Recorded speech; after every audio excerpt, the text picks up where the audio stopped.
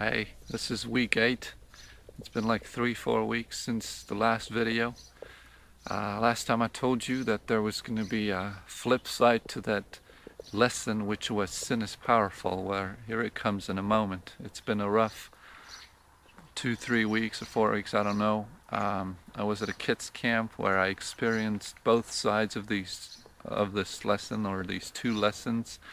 The previous one, the power of sin, and also the other side, which I'm going to talk about today. But also in our conversations with the people in town, we saw both sides of this story. So here's lesson number 4, and that is that in Christ there is salvation. And it comes from Acts 4:12, 1 Timothy 2:5, and just this morning I had the privilege to do a devotion from Matthew 11, where Jesus talks about, if you're heavily burdened, then come to me, and I will give you rest. So the lesson is that in Christ there is salvation. Sin is powerful, and it will linger on from generation to generation and destroy families, and destroy friendships, and destroy relationships. Sin is powerful, and it can hold you back. Like, you can't get away from it. It weighs you down.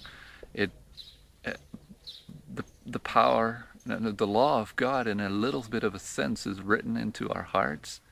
Not like in the new covenant, but it's there through our conscience. And so sin is keeping us in bondage, but it's at the same time reminding us that we're not doing what we're supposed to be doing. It's horrible, but in Christ there is freedom from all of that. I cannot free anybody. I cannot give salvation to anyone, no matter how well I'm trained and how well I prepare and how much I give my heart into it. There's no salvation in Hosu. There are no salvation in Hosu's wisdom. I mean, even Paul says, I've decided to know only Christ and Him crucified, and to know no one else but Christ and Him crucified. Even Paul said, I've considered all of my achievements, everything that I've achieved and could show to people, as trash.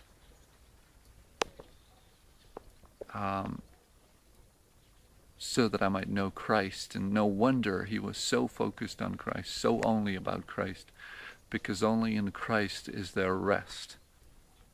Like Jesus said, come unto me and I will give you rest. Rest from your labors of obeying the law, from your burdens of not being able to keep the law as God requires, from the burden of men-made laws, and from the